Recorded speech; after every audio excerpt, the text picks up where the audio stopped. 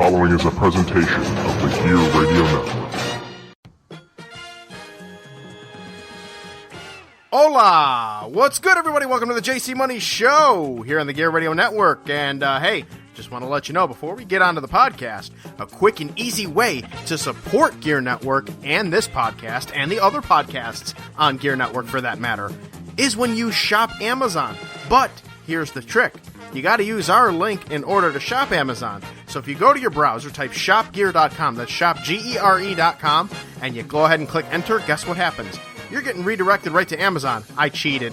I got it's our Gear Network link, but I condensed it to shopgear.com. Anyways, if you just do that instead of going to amazon.com, you let Amazon know that Gear Network referred you, and we get a small commission on all of your purchases that you make, and it goes a very, very long way to helping this podcast, helping this network grow and blossom and do the awesome things that it does. Like, heck, last week we just appeared by way of the wrestling show with Sleazy and the Fat Man at the PodCon, the very first PodCon. We had a presence there.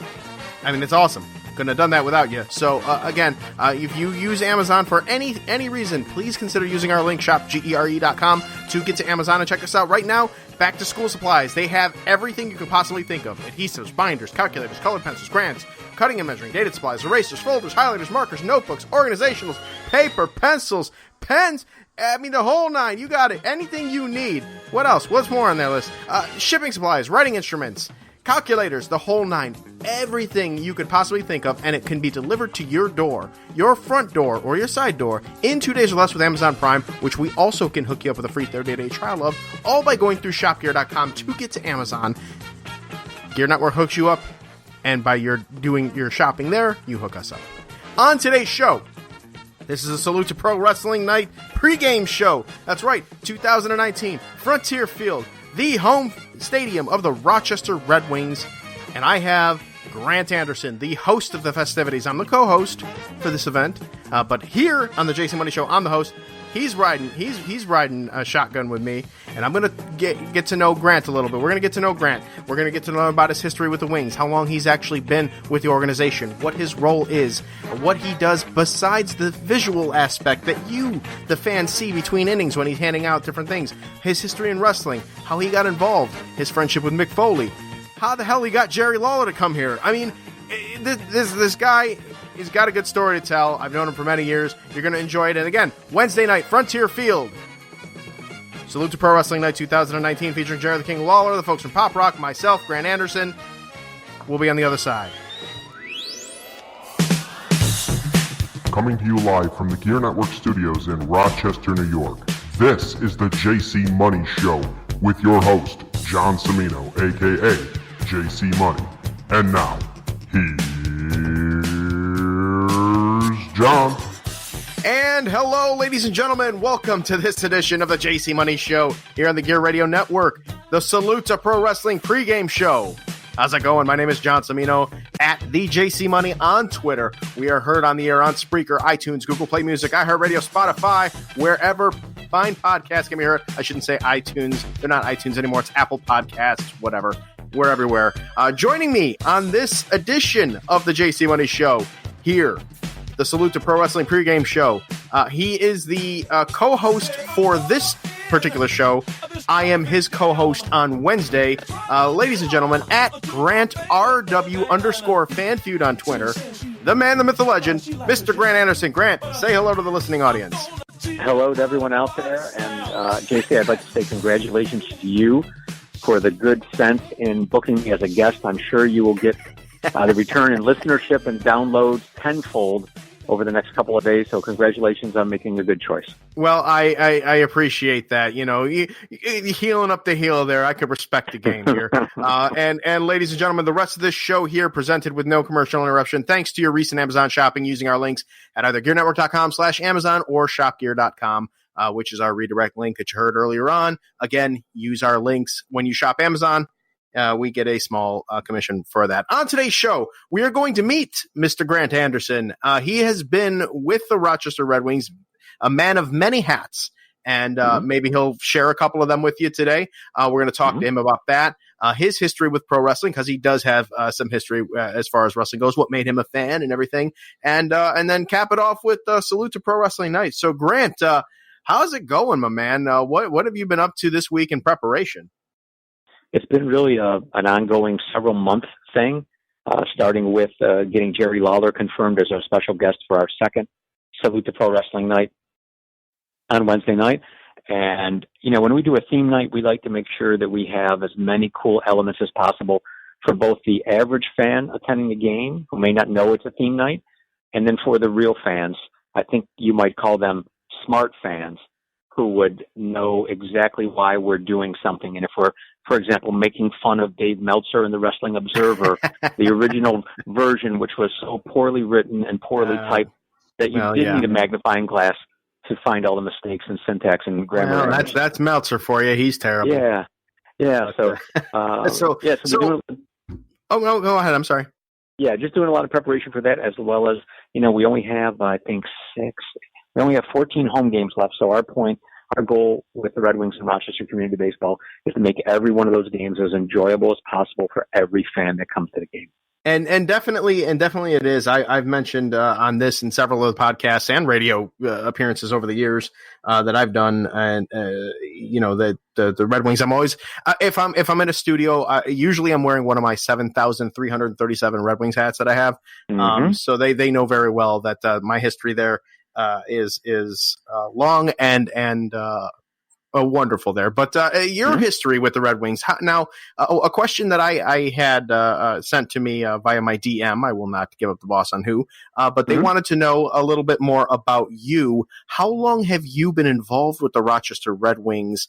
How did you get your start there? When did you start? And as a man of many hats, what are some of the titles that you've held? I'm involved in a lot of things year round. We're all involved in sponsorships. As a community-owned team, we try to keep our prices down in affordable family entertainment. So to make that happen, we have a lot of businesses that support us, whether it's as a marketing partner or a group outing partner. So we're working year round. We really, to say we have a couple weeks off in September and that it's slow from Thanksgiving to Christmas, that's our downtime. The rest of the time we are either preparing for the season or trying to fulfill every sponsorship and every promotion and every fun fan idea that we have to make going to a Wings game fun and memorable. So we all work on that. I get to put our yearbook together, which is a fun project for me. I get to do all of our fireworks shows, all the music and concepts, including this Wednesday night's first ever pro wrestling, the greatest ring entrance music of all time, is the soundtrack to our fireworks show. I'm very much looking forward to that. Because you got to admit, last year Pro Wrestling Night I thought was just tremendous, and I'm not saying that because you gave me the old stunner and then Spikes hit me with the light drop and pinned me in the middle of the first baseline, but whatever. But it was a cool vibe. It was a cool event. I really enjoyed that, and the fans that I knew that were in attendance enjoyed it very, very much. They didn't have the fireworks last time. Usually the fireworks are reserved for like big shows or Friday and Saturday nights. So this is unprecedented in my opinion. Sure. We've had so many rainouts and bad weather here in the Rochester area. We had a couple fireworks shows that were rained out, and so we've kind of carefully rescheduled them, and we thought that it would be a great chance to do a wrestling theme night and really cap off the event. It was very difficult coming up with I believe there's 14 different ring entrance songs being used, and I kind of structured it as a chronological order. I do have a little bit of personal bias in there with who we start off with, but it does kind of comes full circle with the finale. I will just say, as one of the current champions in the professional wrestling world, we're using that person's entrance music as the finale. Oh, I hope it's R-Truth. He just won the 24/7 championship again. But all right. Next question I actually have here. Sure. Actually, no. When did you start with the Rochester Red Wings? I think we skipped that part. I've been working behind the scenes with the Red Wings since 2001, but I've been hosting and been kind of an on-field presence and on-field promotion for the last 4 seasons. Okay, so the name Grant Anderson. Now I jokingly threw out there last year when I was heckling you that, I know the Andersons and Arn doesn't know you and things like that. But all joking aside, the name Grant Anderson derived from the Anderson family, right? It's kind of an homage to them, is it not? It is a homage to them. It's a homage to a great episode of It's Always Sunny in Philadelphia. I know you did say that Ole Anderson would be embarrassed of me, and Arn Anderson, and every other celebrity named Anderson you could think of. You told me with that, but did I even throw Louis Anderson out at that one? I think you threw Luke Anderson in there. I think Louis Anderson. Louis Anderson, yeah, Louis Anderson. Most of my listeners probably have no idea who that is. My character is in no way inspired by Louis Anderson, but it's also inspired by an episode of It's Always Sunny in Philadelphia, which myself and a lot of my coworkers in the office are big fans of. So, and it's got a nice, clean TV host, radio DJ sounding name, Grant Anderson. Grant Anderson. I like it. I like it. It's it fits you. Well, your opinion and your favorable opinion is very important to me, as you well know. Oh, well, I appreciate that. Thank you very much. And you can send all the good vibes to my PayPal, or all the bad hate to at Mr. LG Perez. But anyways, so you're it's well known you're a very big wrestling fan, and I first met you back in, I want to say it was 2012, maybe 11. I don't remember. It was at a Pier 6 wrestling show. And yes, it was actually my last show prior to going out for my shoulder surgery. And I remember you were there, and little known fact, another one of your gimmicks, you're like I swear to God, you're like the Three Faces of Foley with your characters. That is the ultimate compliment to be compared to me. Jimmy the Disco Man. Jimmy the Disco Raker is another character I've been doing for a long time. But that was you brought that one to Pier 6. Colorado. Yes. Yeah, and I did that at Pier 6. I made an appearance there because I was friends with Scotty Bender for a while, and that's how I met some of you other fine people. But yeah, we did that with my fiance. I wish, with my valet. All right, Brianna. I was gonna say, she was your fiance. Good for you, man. Yeah, I wouldn't be on the phone with you right now. Oh boy, you know what I mean. Yeah, all right. Ease up there, soldier. But that was a fun night, and it was a great show down in Hamlin, and you really got messed up bad that night in that tag match, and and I remember somehow meeting you at the ballpark later because you had a Red Wings jersey on, and we ended up meeting. Or you introduced yourself and said you were a Red Wings fan, so we've kind of known each other since then. Yes. That particular match, actually, I went into that show knowing that it was going to be my last. I had actually seen the show prior to that was when I realized that there was a big problem. And I was the tag team champion at that time there, and we were preparing sort of a transitional where I was going to drop the tag team titles and start to head towards the heavyweight championship there. And then I got the shoulder injury, and that coincided with, my wedding with my now ex-wife. And, so I took a very lengthy period of time off, and then, discovered podcasting and other things that's, kept me more out of the ring than in the ring, but I still go back from time to time. You actually have more experience though with the wrestling world besides just your Pier 6 thing. Tell us about the time with Ricky Steamboat and Ric Flair, because I know that that's a legendary story in and of itself. Yeah, it was a great honor for me in August of 1994. I was working for a AAA team in Colorado Springs, Colorado, and we put together a show with World Championship Wrestling. This would have been right after Hulk Hogan signed, maybe a little bit before he won the title. But Flair was not the champion, and we had a show headlined by Ric Flair against Ricky Steamboat. That was the main event at our stadium in Colorado. I was lucky enough to be the ring announcer for a couple of matches, including the main event. It was a great honor for me. And not knowing at the time that it was the last time those great rivals would ever face each other in the ring. Steamboat got hurt, I believe, a couple weeks later, possibly even in a match with Steve Austin, I think, if I remember correctly. But they never wrestled again after that match. So I was the ring announcer for the very last Flair Steamboat match. And it was a pretty big deal then. And looking back on it now, I still think it's a really big deal.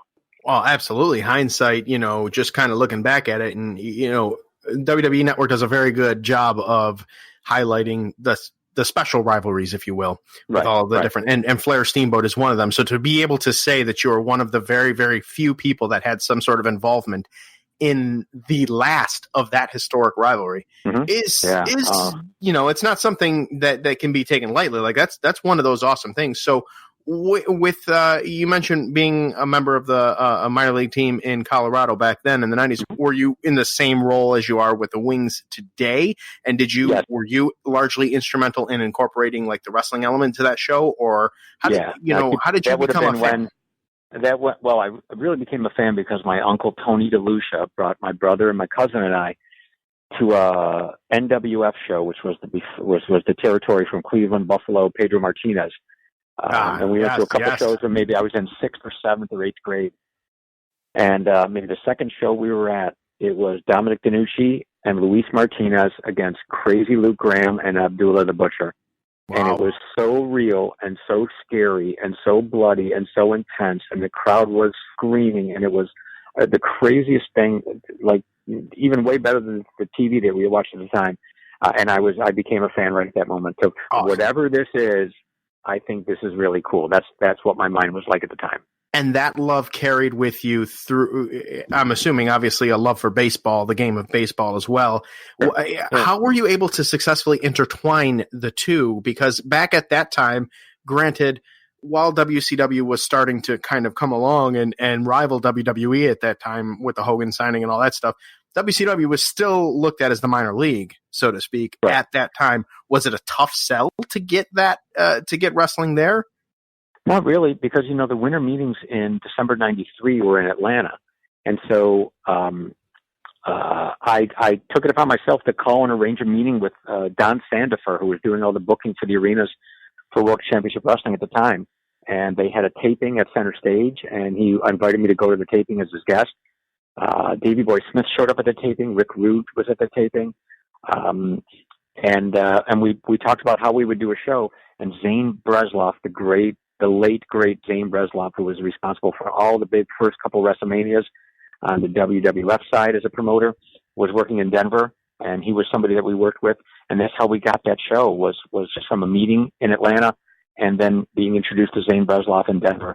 And it was a real tragedy when he passed away in a car accident probably 15 years ago now, but he was music, wrestling. He was a very influential person on me in my baseball job, as well as just being a good contact to help the wrestling thing. But you may or may not remember this, but I did the first ever minor league baseball pro wrestling doubleheader. It was called Balls and Falls Tag Team 85 in Newark, New York.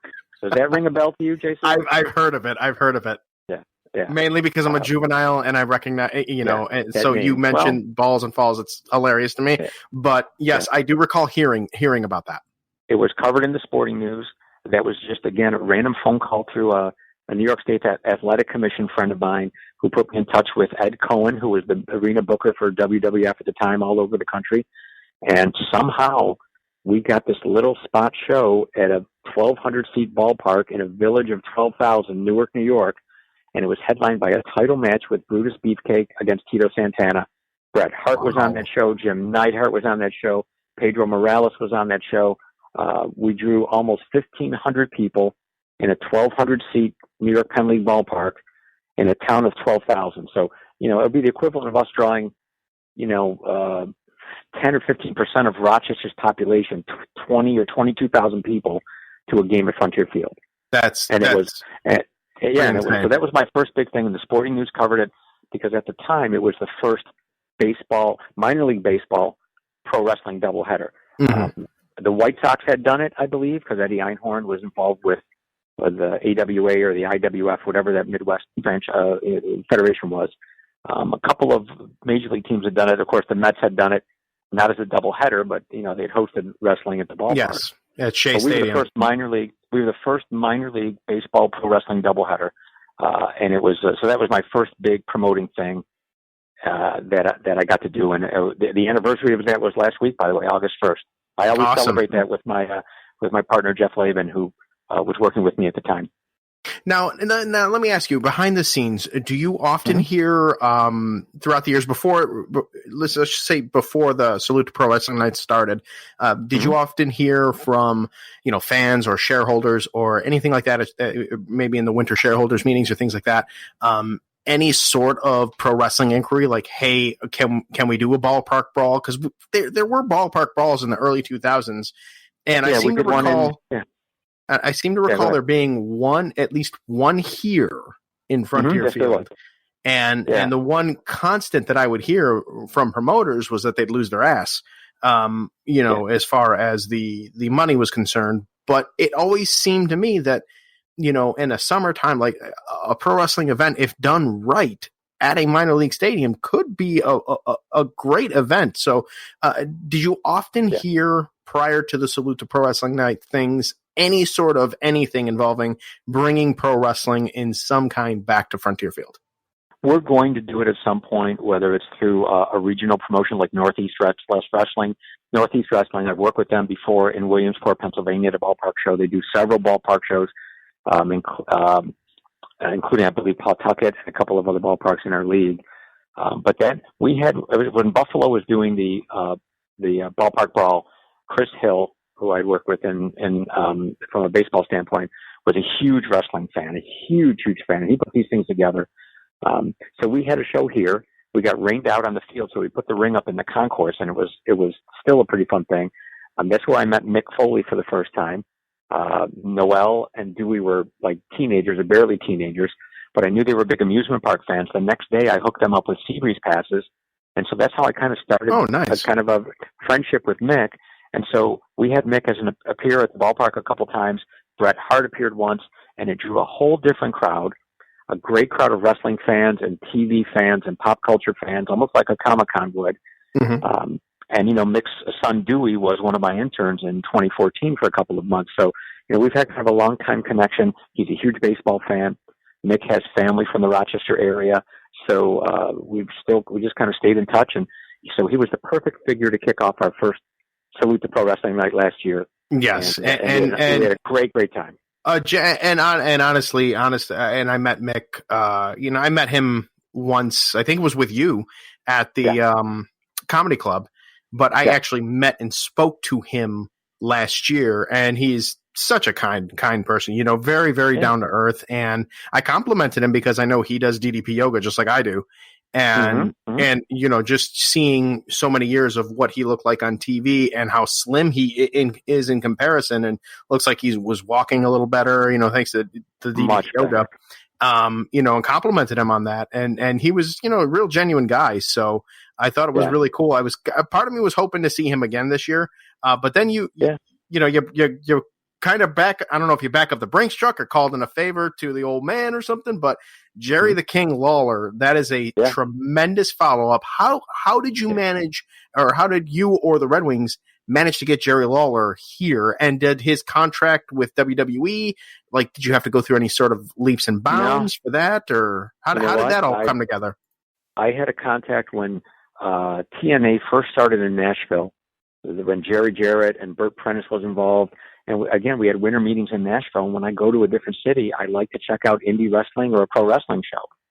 So we called ahead to buy tickets, and I happened to speak to Burt Prentice, the promoter, and he was a baseball fan, I guess. He said, I'm going to take care of you guys. And, why don't you see what we got going on? And, maybe when this goes national, maybe we'll do a show out your way.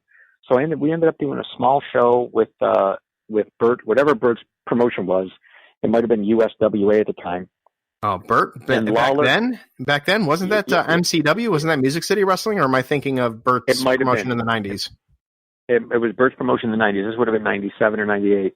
So then it was MCW, because I remember it being on syndication. MCW. Yes, and we had a main event of Jerry Lawler against the Colorado Kid, who was a local guy who had done some regional wrestling. Lawler was with Stacy the Cat at the time, and I'm not sure if they were married yet or not, but they were certainly touring together or working together. He could still work some indie shows, and Tommy Rogers, who I believe passed away last year from the Fantastics, he was on that card. And it was just a small little thing that we did for fun. That's how I met Lawler. I ended up with his number, and I found the book that had this number in it. I called him 3 months ago. He answered the phone. I reintroduced myself, and that's how we got Jerry for this event.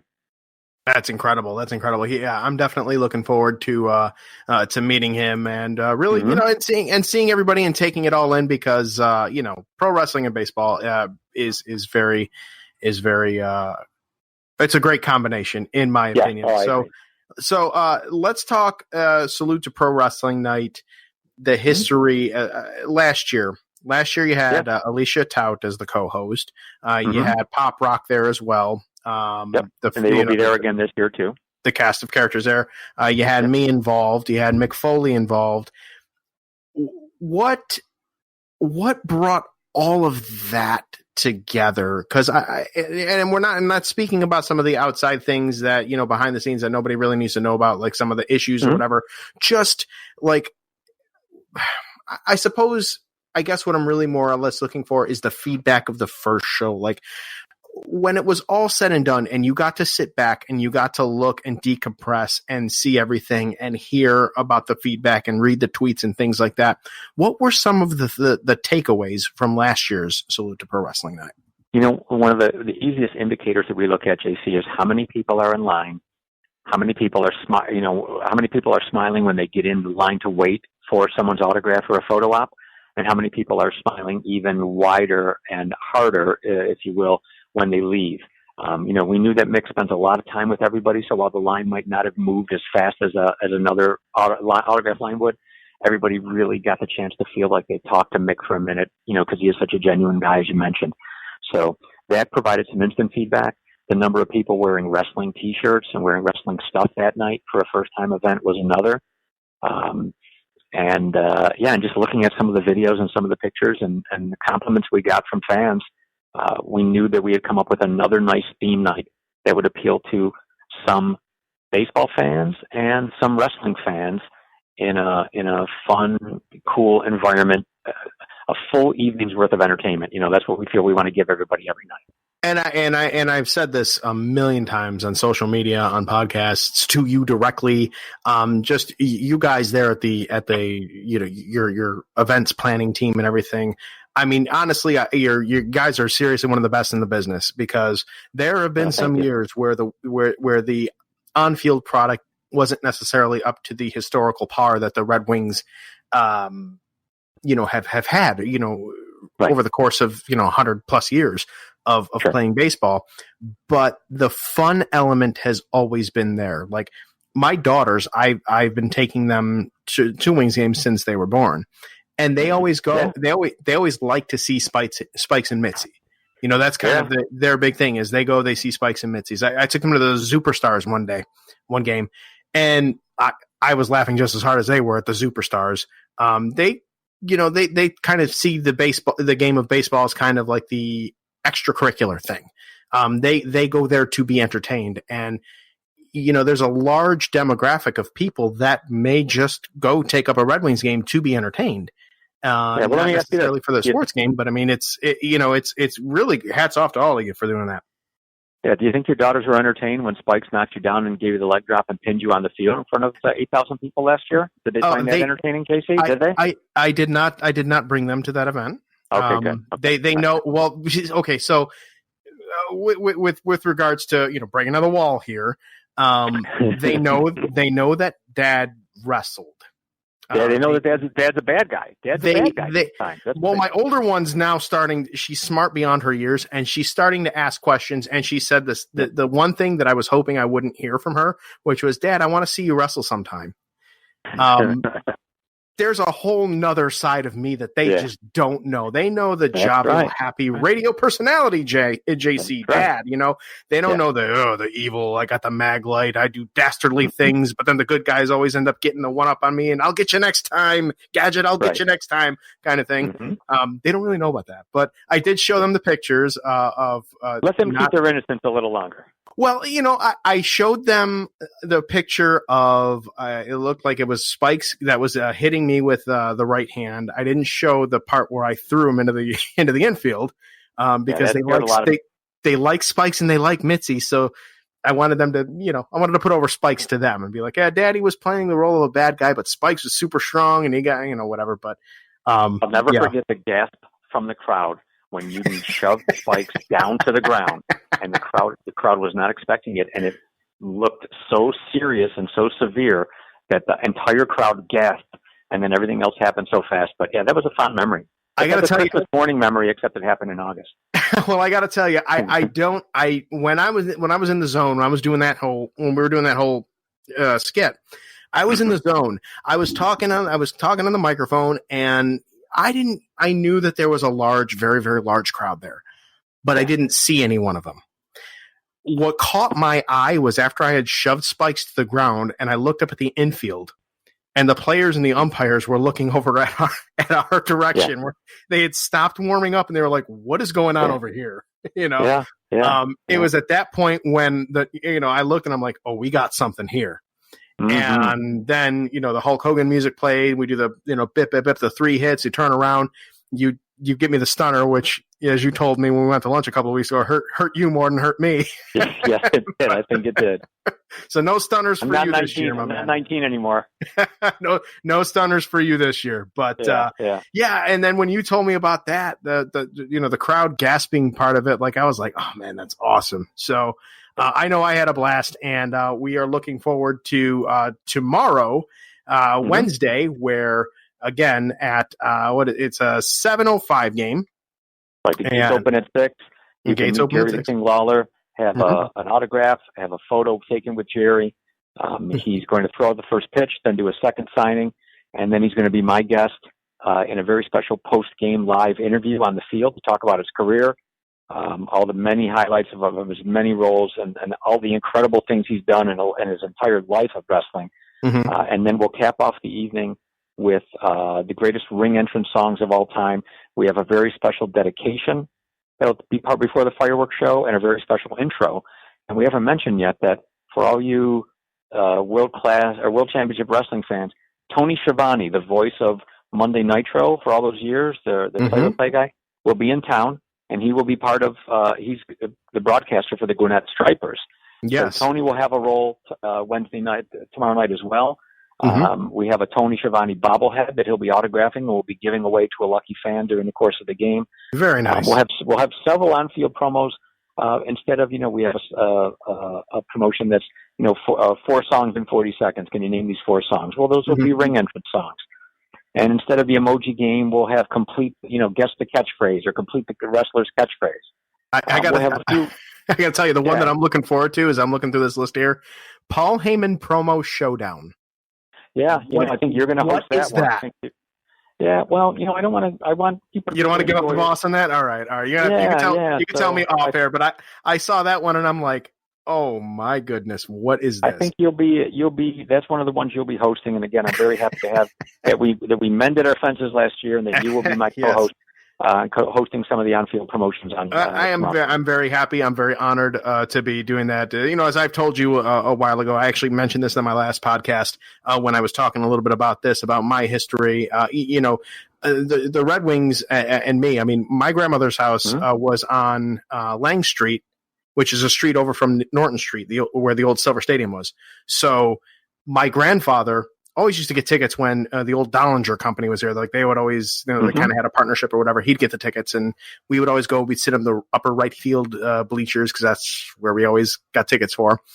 Right. But even at the games that we weren't at, we could hear the sounds of the game because the stadium was so close. It's within eyesight. And my grandfather would always go into the back while we were out in the back playing with his little AM radio and his batteries, and he would sit at his picnic table and he'd listen to the game on AM radio to kind of go with the sounds to the stadium. So it was always kind of like a nice memory. You know what I mean? I would be so jealous if I knew somebody that lived that close to the ballpark, whether they lived there or their grandparents lived there. I lived across the bridge over by Kodak Park, and I still thought it was cool to be that close. So you were lucky to be able to enjoy it. It was great memory. It was amazing. It was amazing. I a little part of me cries every single time I drive by Norton Street and I see the net office instead of the stadium now.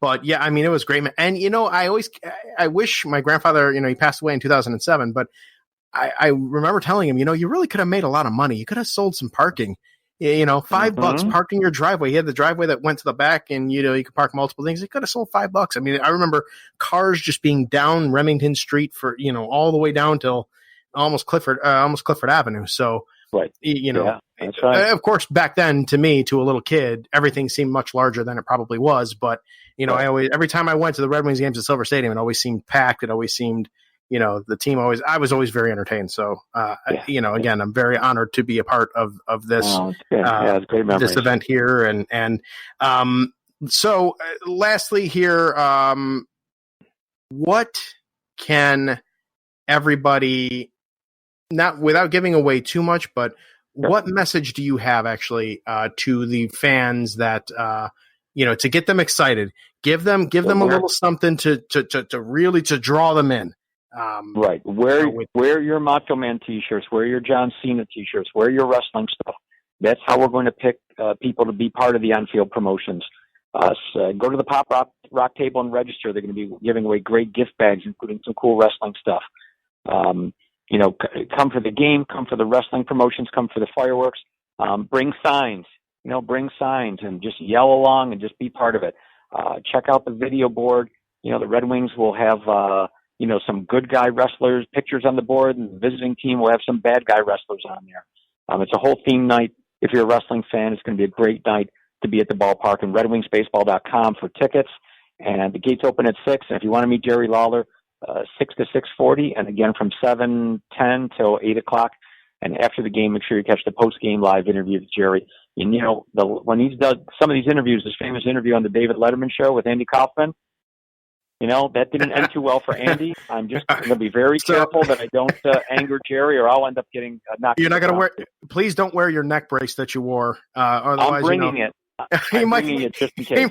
He might have a flashback here. I'll tell you what, I'll sit behind the desk this time. I'll be Letterman. All right. You would be perfect. That would be perfect. Perfect. Well, Grant, thank you for taking a few minutes out of your day to more than a few minutes, but thank you for coming on here. And hey, I would like to actually have you on at some point during the off season when you have a little more availability, and we could talk a little bit more about the Wings. And, you also do, you do Twins Fest all the time too. So, just kind of maybe a Red Wings season pregame show kind of thing. You know what I mean? Yeah. Before the next season begins. What's that? A hot stove episode. Oh yeah, absolutely. Yeah, But do it. we'll get you on here again. But Grant, my man, always a pleasure. I will see you at Frontier Field. And as Freddie Miller used to say on TBS, don't miss it.